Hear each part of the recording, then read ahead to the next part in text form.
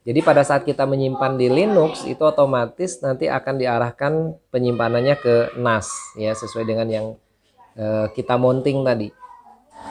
Assalamualaikum warahmatullahi wabarakatuh. Ketemu lagi bersama saya di channel ini, channel Sobat Yarkom, channel seputar tutorial dan pembahasan jaringan komputer. Oke sobat, pada video kali ini saya akan memberikan tutorial bagaimana cara mengkoneksikan NAS, Network Application Storage, dari NAS ke Ubuntu Server 2004. Dan sebenarnya berlaku juga untuk yang terbaru 2204. Oke sobat, ini penampakan dari dekat NAS ya, Network Application Storage-nya. Dan di sini ada media USB, jadi kita bisa mengkoneksikan menggunakan USB. Dan di sini ada 4 harddisk sebenarnya, yang aktif hanya ini yang hidup ya, disk 4 dan disk 5. Jadi nanti terbacanya 2. Dan ini sudah saya hidupkan. Kemudian koneksinya saya menggunakan UTP ya. Nah, ini di sini.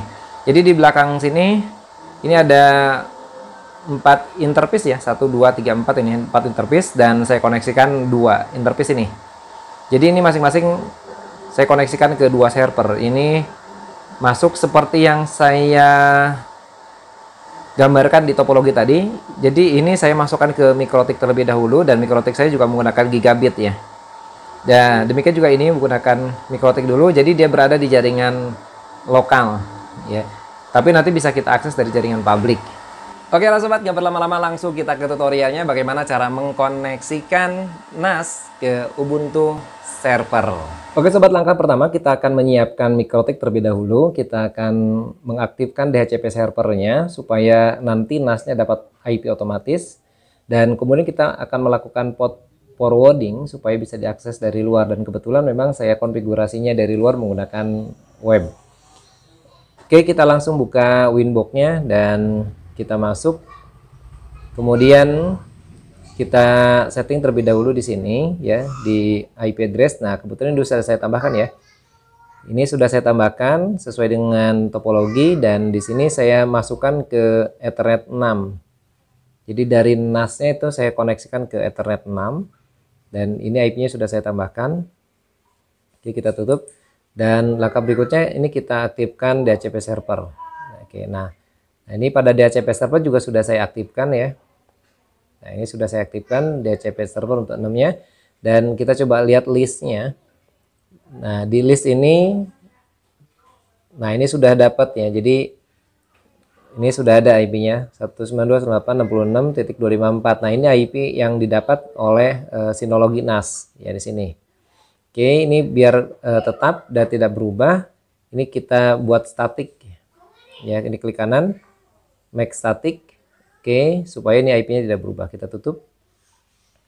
Dan langkah berikutnya ini supaya bisa kita akses dari luar, kita lakukan port forwarding ya, IP, firewall, dan kemudian kita pada bagian NAT di sini ya. Ini kalau saya sudah ditambahkan ya, silakan nanti dicek video saya sebelumnya untuk melakukan port forwarding.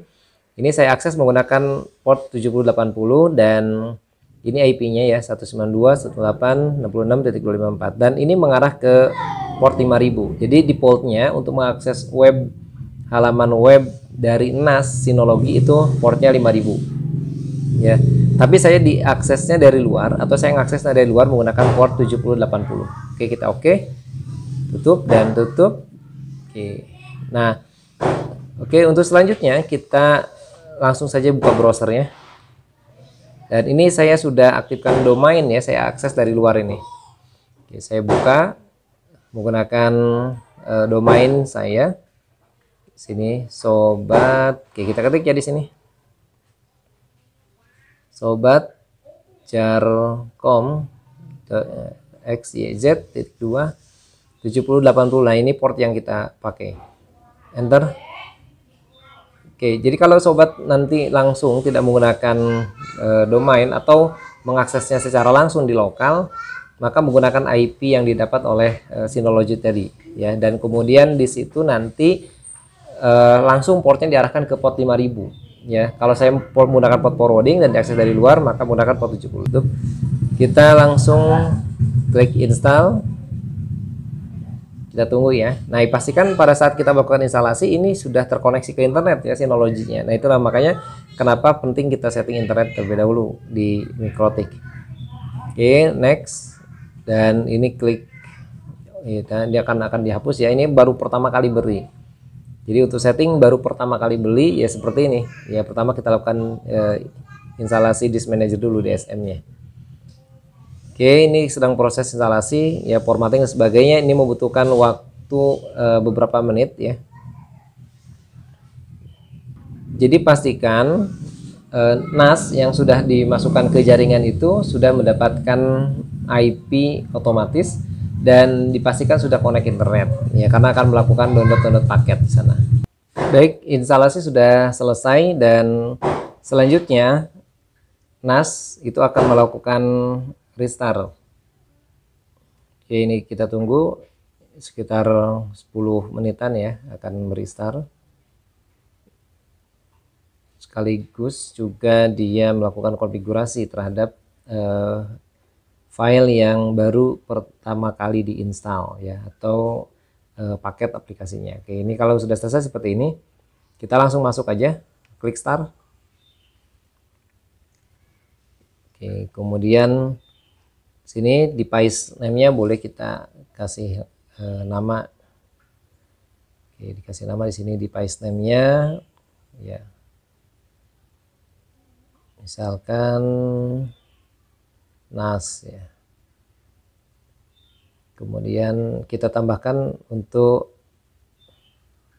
akun adminnya, administratornya. Contoh misalkan saya buat di sini namanya Jarkom. Oke, kita masukkan passwordnya. Ya, ini password nanti digunakan untuk login ke paket aplikasi ini dan juga nanti akan digunakan untuk akses ya. Akses terhadap file atau folder yang kita sharing. Oke. Ya. Kemudian kita sini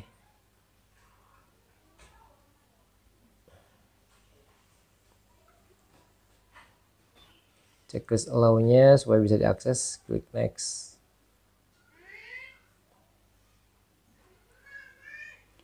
Oke, kita simpan saja, takut lupa ya. Nah, kemudian ini kita pilih yang atas saja ya, recommended, automatically install, dan klik next di sini. Kita tunggu. Oke, berikutnya di sini ada keterangan ya, beberapa keterangan penjelasan secure sign service ya, dan seterusnya ya. Oke, berikutnya ini kita diminta untuk membuat akun ya. Ya, kita skip aja dulu deh. Ya. Akun ke Synology, apa namanya, Synology-nya, service-nya. Nah, ini setelah selesai kita diarahkan ke halaman web ya, halaman web dari aplikasi NAS-nya ya. Oke, ini langsung kita create storage pool and volume ya, kita langsung create. Nah, untuk pertama kali kita akan konfigurasi hard disk yang baru diinstalasi di NAS-nya itu ya. Dan secara default ini kita pilihan pertamanya adalah bentuk SHR ya. Jadi ada beberapa, ada RAID ya, ada RAID 1, ada SHR dan sebagainya. Nah, tergantung nanti kita akan seperti apa. Nah, kalau SHR sendiri di sini ada keterangannya ya. Jadi dia 2 hard disk ya dengan kapasitas yang sama. Itu nanti akan dibuat RAID ya. Jadi terbacanya cuma 1. Yang seharusnya ini kan saya pasang. Nah, ini ada beberapa pilihan ya. Ada RAID 0, ada RAID 1 dan seterusnya. Nah, yang saya pasang ini kan 8 tera 2 ya, jadi 2. Tapi yang nanti akan difungsikan cuma 8 teranya, bukan jadi 16 tera. Ya, maka di setting seperti ini. Kita coba langsung klik next ya. Nah, ini kita diminta untuk memilih. Oke, kita pilih dua-duanya di sini. Drive 4, drive 5. Jadi nanti dia akan dibuat RAID ya dan melakukan backup secara otomatis. Jadi 8 tera itu nanti tapi akan terbacanya cuma 8 tera aja, nggak 16 tera ya. Nah, ini oke. Nah, ini ada beberapa keterangannya, kita langsung saja klik continue. Dan ini nggak usah dicek karena masih baru harddisknya juga, skip aja di next. Dan kita apa yang nah ini berapa yang mau kita alokasikan gitu ya. Nah, ini jadi terbacanya cuma 8 tera ya, seharusnya kan 16 tera, tapi ini karena kita pasang bentuknya SHR jadi terbaca 8 tera. Nah, ini kita ketika terlebih dahulu semuanya akan kita pasang ya. Ya, maksimalnya tadi, nah ini dari 7, sekian tera lah. Kalau di ini kan 8 tera ya, tapi kalau terbacanya 7,4 tera. Nah, ini mau kita masukkan semua 7441 GB sini ya. Oke, kita klik next ya. Ini misalkan di 1 boleh kita kasih keterangan. Oke, ini next. Dan ini pilihan jenis ininya biasanya yang paling baik ya untuk melakukan backup secara otomatis atau replika untuk menggunakan tadi ya. Oke, ini keterangannya bentuknya SHS dan ini SATA dan ini kapasitasnya. Kemudian jenis tipe file sistemnya ini ya, BTRFS ya. Karena ini yang diklaim sebagai partisi yang terbaik untuk melakukan backup data secara otomatis ya. Oke, ini kita klik apply ya. Oke, ini ada keterangan bahwa semua isinya akan dihapus. Oke, kita tunggu, ini lagi proses formatting ya,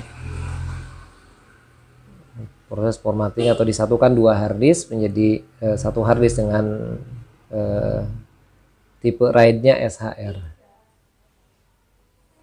ya. Kita tunggu beberapa saat.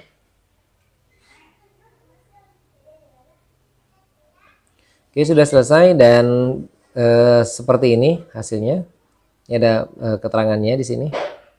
Oke, kita tutup saja. Oke, dan ini kita juga oke ya. Nah, nanti langkah berikutnya kita akan membuat folder ya, yang nanti akan kita sharing ya, yang akan kita sharing ke PC atau server yang kita maksud ya. Oke, kita klik control panel dan kita klik share folder di sini. Ini ada beberapa file service. Nah, pada share folder ini kita create ya, share folder. Jadi folder yang nanti akan kita share ke server kita. Kita ketik misalkan server P1. Oke, kemudian di sini description-nya boleh kosong, ini opsional ya. Dan harddisk yang akan kita tempatkan di sini foldernya yang mana. Nah, ini kan cuma semua satu ya. Ya, kita langsung klik next saja. Ini apakah mau di deskripsi atau tidak? Ya, nggak perlu deh ya. Kita klik next. Oke, dan ini boleh kita tentukan di sini. Enable share folder kuota. Jadi berapa yang akan kita kasih ya folder yang kita mau share ya, ini nih. Kalau misalkan nggak dibatasin berarti checklistnya kita hilangin. Next. Oke, kita klik next lagi. Dan oke. Udah selesai ya. Oke, dan ini kita tentukan kalau di sini berarti kita pilih no access semua. Ini ya, kemudian di sini ada local group ya, sistem internal dan seterusnya. Ini kita akan memberikan hak akses kepada folder tadi. Kalau kita checklist di sini no access ya, berarti ya tidak ada akses sama sekali untuk untuk folder yang kita share tadi. Nah, tentunya ini kita hilangin dan kita pilih yang read write ya. Kalau admin secara otomatis sebenarnya walaupun kita nggak centang itu sudah read write ya. Ini guess, kalau guess ya no access aja lah ya, atau bisa kita misalkan read only dan seterusnya. Silakan diatur sesuai dengan kebutuhan ya. Jadi intinya di sini kita akan buat folder yang akan di share gitu, yang nanti akan kita akses. Oke, ini sudah satu. Kalau kita mau buat lagi, create lagi sini, create share folder.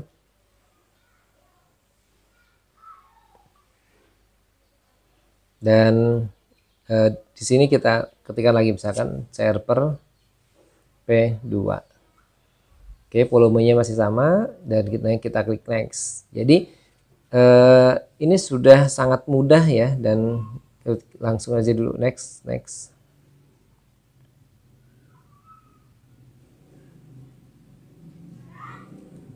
Oke, sama read write ya, kita klik play.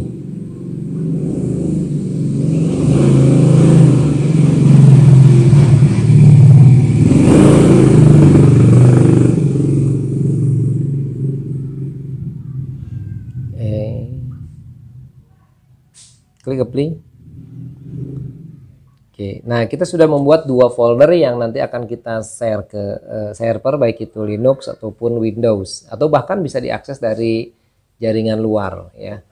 Jadi ini lumayan ya, kita klik sini dan berikutnya adalah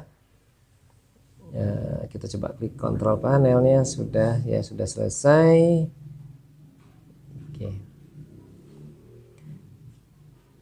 Oke, sampai di sini settingan untuk NAS kita sudah selesai ya. Kita sudah buat folder, kita sudah atur hak aksesnya, dan langkah selanjutnya adalah bagaimana kita mengkoneksikan folder yang kita share ke server kita gitu.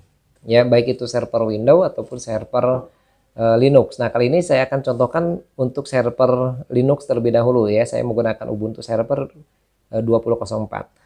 Oke, ini sudah selesai. Pada dasarnya kita setting NAS-nya. Kita akan lanjut langsung masuk ke settingan dari Linux-nya ya.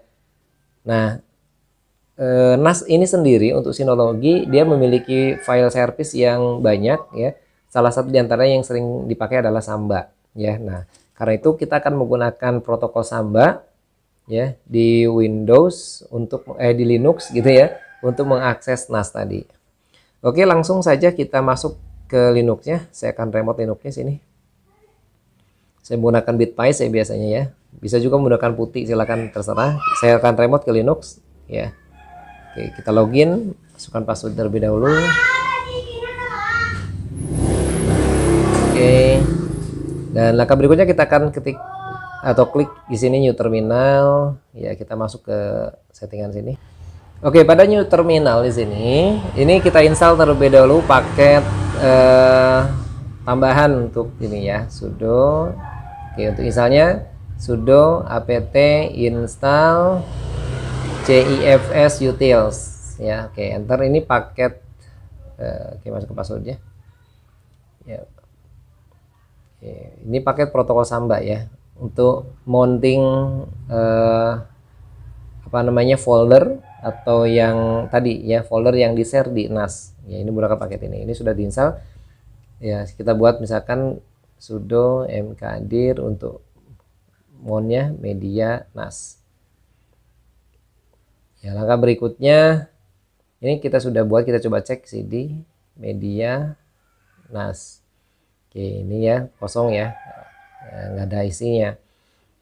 Nah, langkah selanjutnya kita masuk ke appstab ya, sudo nano stc appstab. Nah, kita akan lakukan mounting secara otomatis. Jadi pada saat di restart Linux-nya atau di booting, maka dia akan muncul. Nah, ini sudah saya siapkan di sini skripnya. Oke, nah ini keterangannya adalah bentuk penulisannya seperti ini ya. Perhatikan bentuk penulisannya. Nanti mungkin saya sertakan di kolom deskripsi di bawah ini ya. Nah, ini kita copy saja dan kita klik kanan di sini paste. Nah, yang perlu disesuaikan adalah yang pertama IP dari NAS di sini. Oke, IP NAS-nya. Nah, ini. Kemudian langkah berikutnya kita sesuaikan juga. Nah, ini yang sebelah sini kita sesuaikan folder yang di-share. Nah, ini folder yang saya buat tadi, yang kita share tadi di NAS ya. Nah, ini tapi menggunakan spasi. Oke, kita masuk lagi deh ke NAS. Oke, kita masuk ke NAS-nya, kita akan di sini. Nah, ini kita akan rename dulu supaya nggak pakai spasi. Tadi saya buatnya pakai spasi ya. Ini kita edit. Oke, kita edit. Nah, di sini pakai spasi ya. Jadi agak sulit ya kalau nanti di Windows, di Linux ya. Ini kita hapus aja, hapus ya, nggak pakai spasi ya. Kita save. Oke, untuk memudahkan nanti di penulisannya. Ya, sebaiknya tidak pakai spasi. Oke, nah ini juga sama kita edit, kita hapus juga di sini. Ya, simpan.